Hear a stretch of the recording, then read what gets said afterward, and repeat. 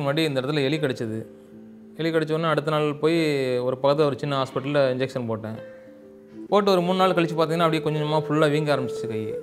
திருப்பி அதே ஹாஸ்பிட்டலுக்கு போனேன். அடுத்த நாள் ஒரு 3 நாள் வர சொன்னாங்க. திருப்பி 3 நாள் கன்டினியூவா போய் ஊசி போட்டுட்டே இருந்தேன். கொஞ்சம் கூட கட் பண்ணவே இல்ல. அப்படியே ஃபுல்லா கை வீங்கி இது வரைக்கும் வந்துச்சு. அதுக்கப்புறம் தாம்பரத்துல உள்ள பெரிய ஹாஸ்பிட்டலுக்கு எழுதி குடுத்தாங்க அவங்களே. அங்க போயிட்டு அட்மிட் பண்ணாங்க. டாக்டர் வந்து செக் பண்ணிட்டு, அடுத்த நாள் வந்து என் கைய வந்து ரிமூவ் பண்ணிறணும் அப்படின்னு சொல்லிட்டாங்க. கையெல்லாம் கெட்டு போச்சு அப்படின்ட்டாங்க. அதுக்கப்புறம் நான் பயந்துட்டு என்ன பண்ணேன், அங்கேருந்து யார்ட்டையும் சொல்லாம கொள்ளாம ஹாஸ்பிட்டல்லேருந்து வெளியே வந்துட்டேன். வெளியே வந்து வீட்டுக்கு வந்ததுக்கப்புறம் எங்கள் ஓனர் வந்து என்னை பார்த்தாரு. பார்த்துட்டு, இதை போல் டாக்டர் வேளச்சேரியில் டாக்டர் சோபான்னு ஒருத்தர் இருக்காங்க, அவங்கள போய் பாருங்க அப்படின்னாங்க.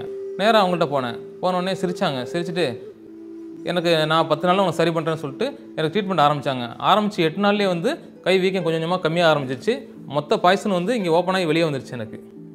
அதுக்கப்புறம் தான் எனக்கு வந்து உயிர் மேலே நம்பிக்கையே வந்து அதுக்கப்புறம் வாழணுன்ற. அதுக்கப்புறம் அந்த மாதிரி அலோபதி டாக்டருங்க பேச்சை கேட்டு என் கையே வந்து பறிபோக தெரிஞ்சுது அன்றைக்கி.